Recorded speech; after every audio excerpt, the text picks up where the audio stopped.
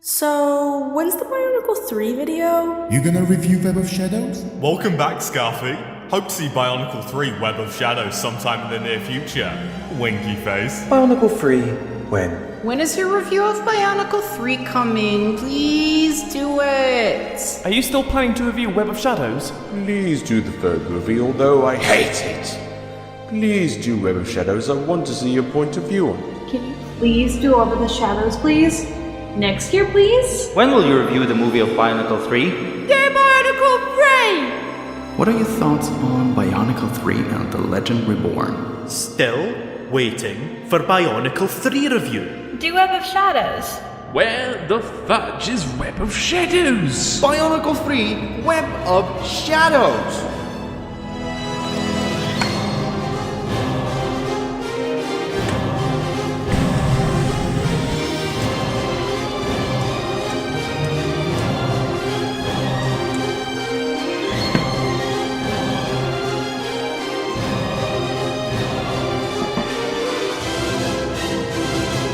Okay, fine.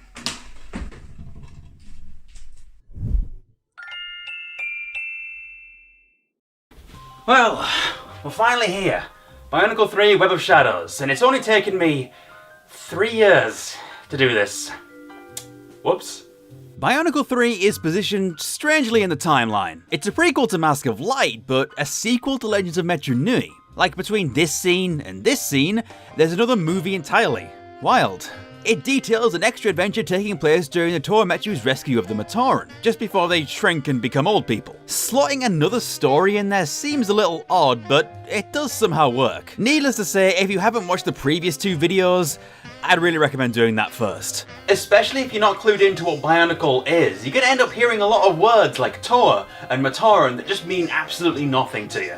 Also, if you're one of those people who has no clue about Bionicle but is watching this anyway, I appreciate you. You're good people. Anyhow, I would like to fill you in briefly on the 2005 era of Bionicle from my own personal perspective. I have to admit that I wasn't massively into Bionicle this year. I only picked up a handful of the sets, and I thought some of the designs were lacking. The Hordika had some especially odd designs that just didn't have the elegance of the Metru. The Metru body is the ideal Bionicle body. It is perfection. What the hell is this? They've got one weird short arm and a weird shoulder thing. Also, only one of the arms has a gear function in it? What is going on here? 2005 did give us Kitongu though, who ended up being one of my first big sets and a very fun build. He also coined his own shade of orange amongst Lego fans. Now that's what you call having an impact.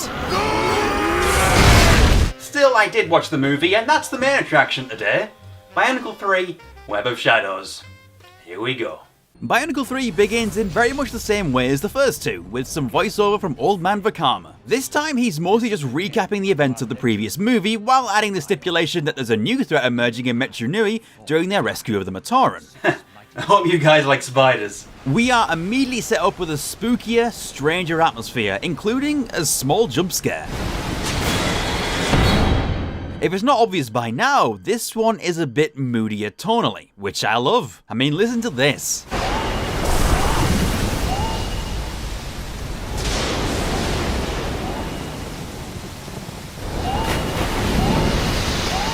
That's atmosphere, baby. The Toa are making their way back to Metru Nui to rescue more of the Matauran, the inhabitants of the island, and take them to Mattau Nui, the island from the first movie. This storm causes troubles for their journey though. Crashing their transport on the beach, the Toa reconvene with Vakama's newfound sense of bravery shining through. Are we gonna stand around all night?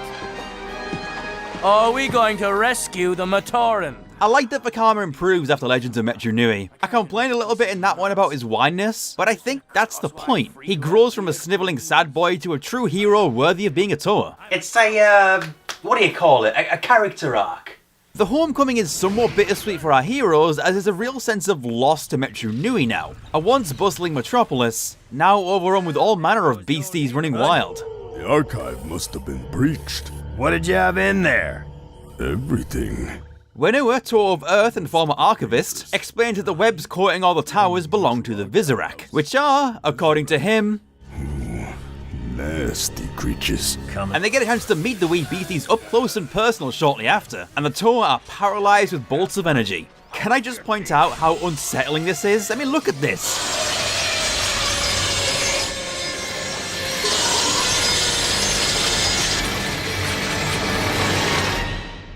That is just pure nightmare fuel. I love it. The spidery beasts soon take their victims to their king, a new character called Sidorak, who opts to kill the captured Toa at the earliest moment. Drop them.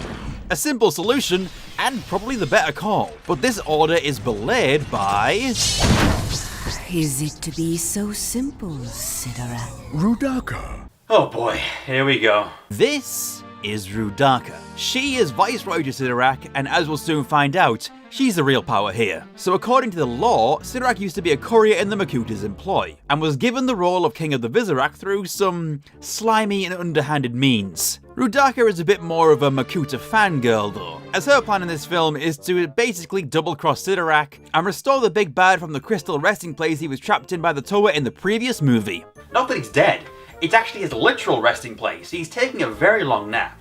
Using her wily wiles, Rudaka convinces the king to make the deaths of their Toa enemies a bit more dramatic. It's pretty clear who has the power in this relationship from the get-go, just from how they carry themselves. So what does happen to the Toa? Well, it's a bit... And no matter how much I might want to, I can't just change.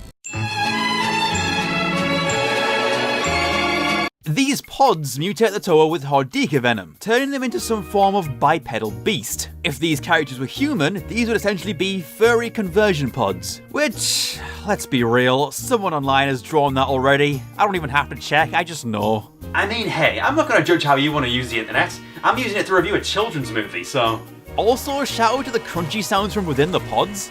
Implied body horror. Good god, this movie is dark, I love it. The pods then disintegrate and the Toa fall, though they are promptly grabbed by mysterious flying lights. Hey! You better not scratch my armor! Mattau, they just saved you from falling to your death. A little gratitude would be in order, maybe. Also, didn't you just mutate? Come on, man. Weirdly, this flying sequence seems to be at least somewhat inspired by the Buckbeak flight scene from the third Harry Potter film. The music is bizarrely similar.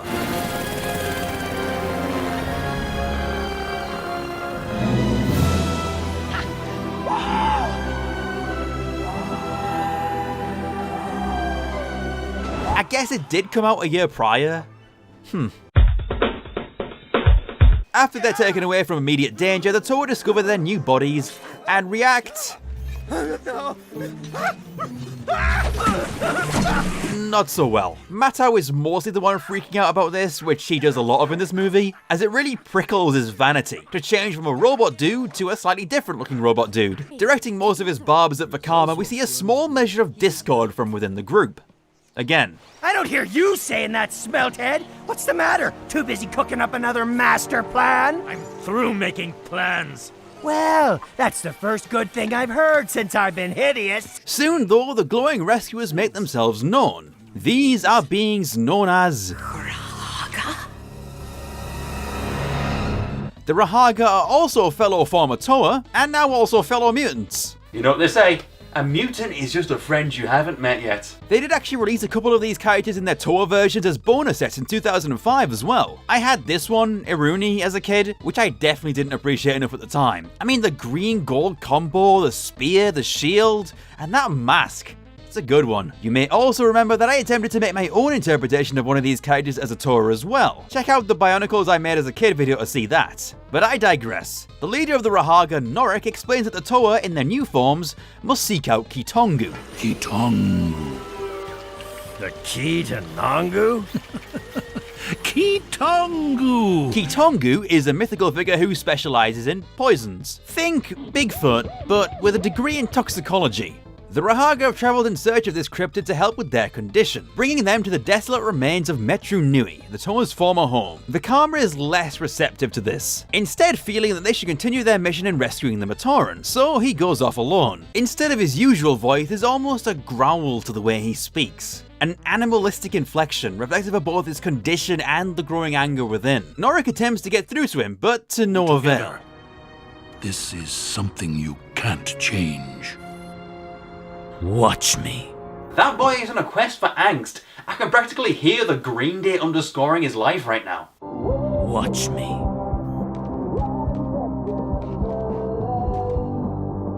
This leads to the narrative diverging a bit. We have Vakama's solo sad boy story, and the other two are journeying with their new Rahaga friends to find the mythical Kitongu. Vakama isn't travelling for long when he runs into some unwelcome company who surround and capture him. This is where our hero is introduced to Rudaka. And this is all weirdly sensual. Like, look at this. Be reasonable, Vakama. How do you know my name? I know a great deal about you. I mean, good grief, she's running her fingers down his chest and tugging at his restraints? I mean, is Rudaka a dominatrix? I mean, the colour scheme fits, and she wears high heels and has... she has boob plates. I just want to meet the guy at Lego who decided that the villain for this year was going to be a furry dominatrix with full-on mecha breasts. If only. If only I was a fly on the wall of the meeting where that was pitched. This is knowledge I just have to know. Like, was the approval enthusiastic? Did the room go silent? Was there any apprehension from anyone? Or was it just like, hell yeah, let's make it horny? I just want to know. You, sir, are horny. And this is a horny-free zone. To be fair, I can guarantee most kids were just like, whoa, cool robot. So yeah, they could get away with it. Incidentally, please be careful if you want to look up fan art of this character. It's probably exactly what you're thinking. Anyhow, this is where Rudaka is able to start manipulating the Tour of Fire. Already vulnerable and angry, it places him in a position where she can pull some strings. One thing I love about how this movie portrays Rudaka is that when she speaks, you hear the hiss of a snake. You are becoming. It's a small touch, but given the biblical role of the snake leading Eve and Adam into temptation, it's very fitting for her. Rudaka is almost literally the snake that leads Vakama into temptation. It's a tad on the nose, but I think it's neat. Make no mistake, Rudaka is the true leader of the Visorak. She knows this. She knows Sidorak is a weak and pompous clown. Replacing him with a more powerful and competent leader that she has more direct influence over would be ideal. And so the corruption process of Vakama begins. You can tell because his eyes are green now. Green eyes are evil. Wait, my eyes are kind of green. Hey! Anyway, let's check in with the rest of the tour. Oh, Mattau. Is he okay? Well, regardless, the Toa and Rahaga have reached the Great Temple, which you may remember from the previous film. A sacred place that the Toa don't feel comfortable entering in their mutated states. The Rahaga don't care though. They're inside doing some translations to find some information on Kitongu. This is a very elaborate translation. I guess I have been working hard lately. Oh, bless. If she wasn't mechanical, she'd be blushing round about now. But they aren't alone. In the darkness, a corrupted Vakama stalks and prowls in the shadows. I love how this is shot as well. With Vakama's shadow on the walls, it's almost like a noir film. We'll get to that later though. She was right about them, Norik. About me. Who have you been talking to, Vakama? Who's put these thoughts in your head? My mommy goth GF. I don't understand. And then Vakama does a jump scare.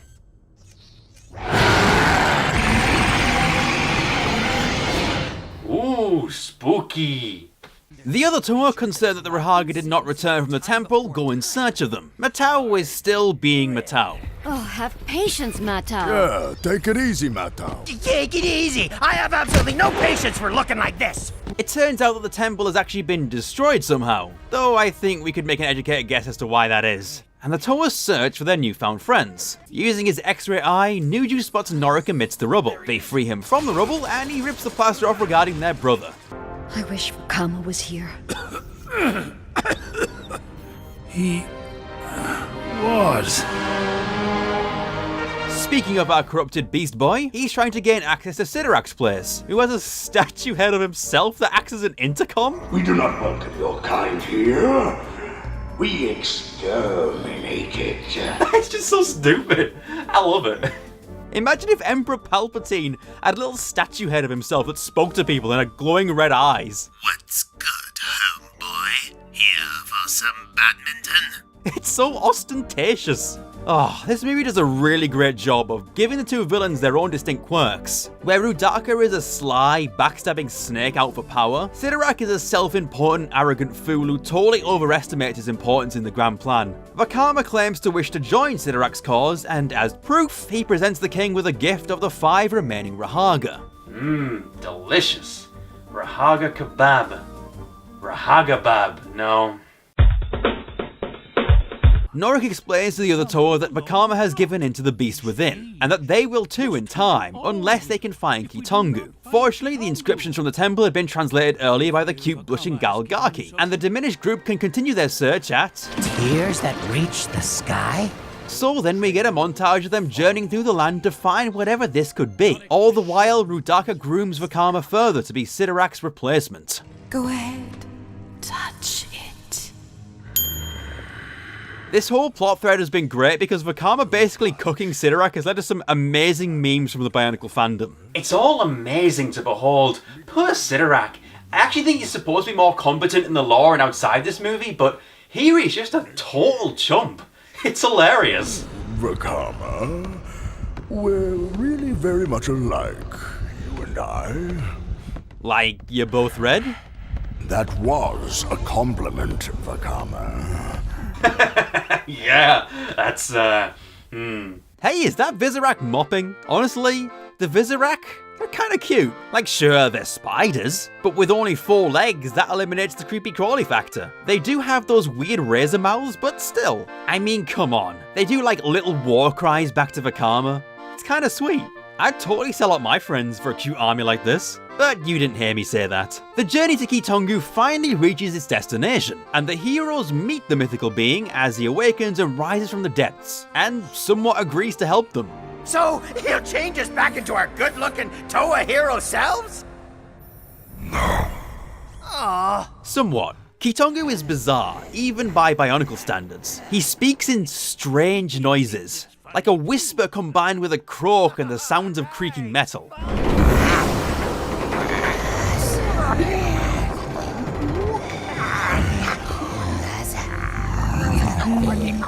It's really great sound design that creates this otherworldly effect in this already strange world. Either way, Kitongu is officially on board to help, which means the two plot threads can finally converge as the Toa come from Vakama.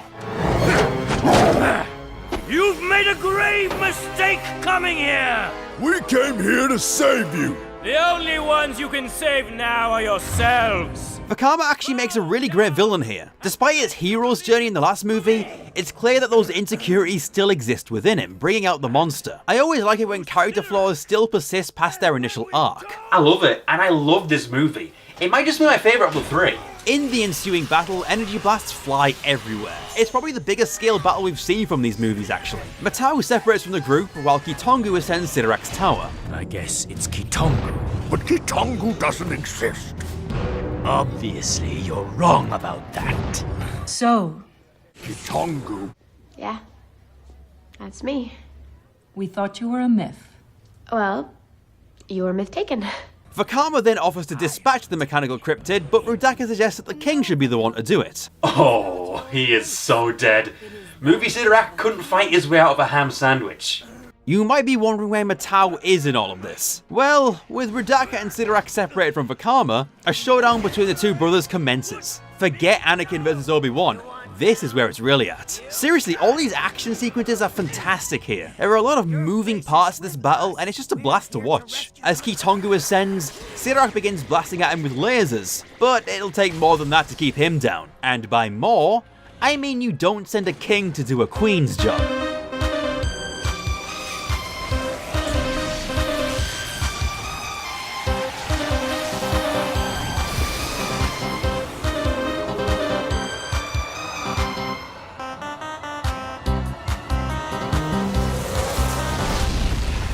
I know she's the bad guy, but Rudaka just blasted this dude into the Shadow Realm.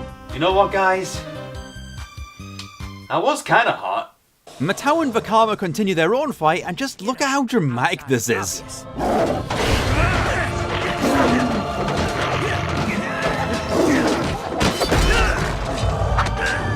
I mean, we already know Vakama is going to turn out fine, but god, the emotion, the drama. Vakama has the upper hand in this battle, leaving Mattau to hang precariously off the edge of the tower. Meanwhile, down below, Rudeka convinces Sidorak to check if Kitongu has actually been killed. Spoiler alert, he hasn't. She knows this, and she leaves Sidorak to deal the, finishing blow. But I can't defeat him myself! I know.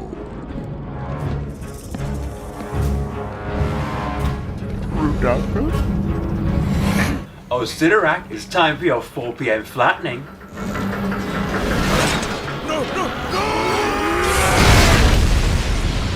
Norik rescues his fellow Rahaga, and they too join the battle to help the Toa. But without Vakama, their power is diminished. You gotta have unity. That's one of the main bits. The main Bionicle bits. It's that one right there. So, let's check in with our old fireboy. Mattau makes an appeal to Vakama through a pretty touching speech. You're our leader, Vakama. You're my leader. We've got a job to do. A duty. I like that it's Mattau that gives it as well. For all intents and purposes, this character's been the comic relief for the group for 2 movies. I like that he can be genuine too. It's a great moment for him. Finally, Vakama snaps out of his spell when Mattau makes a gambit to put himself in danger, letting go of the ledge, and the Fire Toa leaps after him. Saving Mattau means Vakama is back in the game and stronger than ever. That strength is going to be necessary as Rudaka soon confronts the Toa in battle, riding a giant gold Visorak to boot. Damn, that is cool. Part of her plan to resurrect Makuta becomes clearer here, as she expresses her desire for the elements that the Toa represent. Fire already belongs to me. Wait, one's missing. That would be air. He's all yours, my queen. And Vakama pretends to remain on her side, handing over Mattau, who soon gets the Toa to volley her with a barrage of elemental attacks.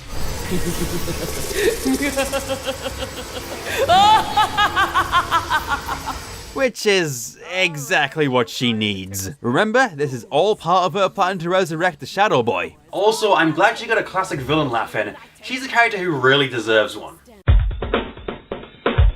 Rudeka's plan does seem to falter a bit as she realises that putting Vakama in charge of her army might not have been the best idea. He just tells them to leave, and they're like, yeah, alright, see ya. But this eventuality was planned for, I think, and perhaps even counted on. As Vakama charges his projectile and fires the final missing element into her, Norik realises her game. No, Vakama, don't!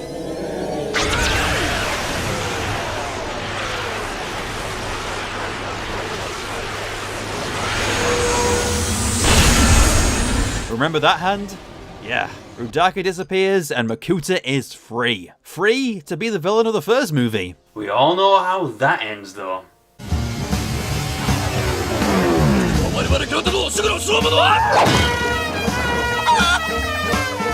But that's neat. A loose end tied up. Another loose end is their Hodika forms, which, well, as expected, Kitongu sorts that out. The Matoran are finally rescued once and for all. It's all very sweet. Vakama is more of a leader than ever before. With that story told, we cut back to Old Man Vakama telling his tales to the protagonists of the first movie. Oh yeah, this was a flashback, wasn't it? Man, this guy tells some long stories. Now it's time for you to make new legends. For that is the way of the Bionicle.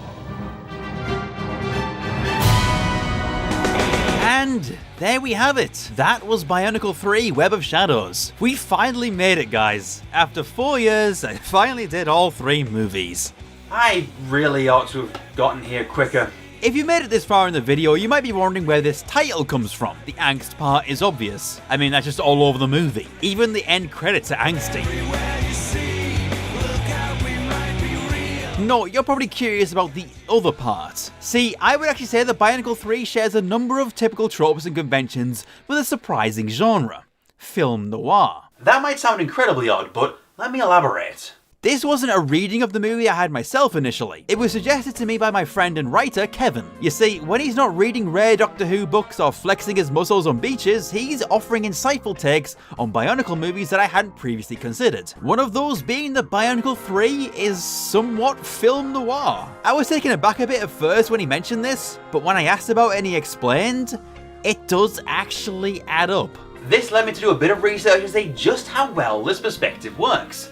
So let me set the scene for you. In the foggy, abandoned streets of a dilapidated metropolis past its prime, the streets are muck with danger. A cop is led into temptation by a femme fatale, her web of lies manipulating and corrupting the cop into something much darker. This description fits both a stereotypical film noir and Bionicle 3. It's not a one-to-one fit. I mean, instead of gang members and criminals, you have a robot queen and her spider babies, but that only changes the web being spun from a metaphorical one into a literal one. The streets of Metru Nui are incredibly gloomy and there's fog everywhere. The former metropolis is abandoned, corrupted, and of course the Toa are the peacekeepers of this world. In essence, they're the cops. Though let's be honest, they're way cooler than cops.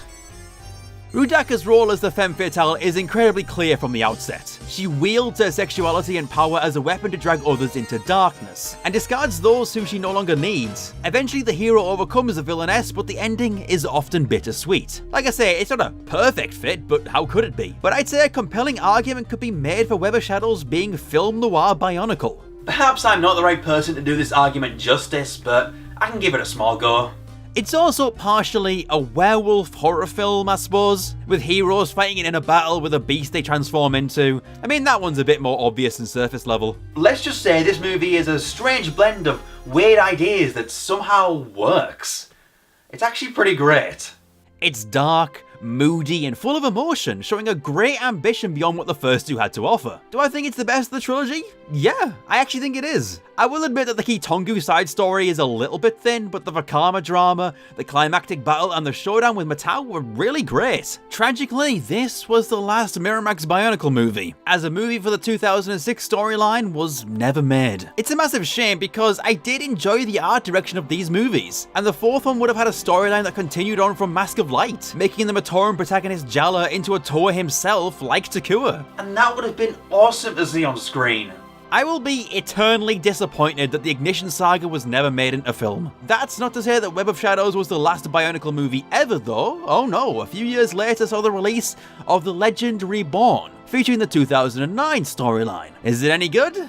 I actually don't remember. I watched it once when it came out and it didn't leave much of an impression. Michael Dorn was in it, and that's about all I can tell you. Either way, I'll get around to that one at some point in the future, probably after some other Bionicle videos. Let me know what Bionicle content you'd like to see in future, because I've got a whole bunch of ideas, ranging from reviews of the console games, the PC Flash games, upcoming fan projects, and year-by-year retrospectives. And no, it won't take me years to get the next Bionicle video out. I promise. Probably. Thanks everyone for sticking with me on this journey for the past 4 years. Wow. I hope you'll stick around for more Bionicle and other content in future. Next up, I'll be continuing the Ultimate Monkey Island series with LeChuck's Revenge, so I hope you guys are excited for that. It might take a while to make though, so just be aware of that. Incidentally, did you know I have a Patreon account? It's true. Every Sunday I give patrons an update on the latest video progress, which I found has kept me more productive. I've also expanded what my Patreon offers, as you can now watch new videos 2 days earlier than anyone else. And you'll also have access to bonus videos of me reacting to and talking about my old videos on top of that. There are 2 tiers, $1 and $3, with the latter getting you downloadable scripts and images from the videos as well. If you'd like to support my content, it's a good way to do so. Otherwise, I'm happy for you to simply subscribe and hit the bell so you make sure to get notifications when I upload. Oh, and leave a like or comment. I like to hear what you think. And maybe share the video with your friends and communities. That'd be cool of you. See you soon.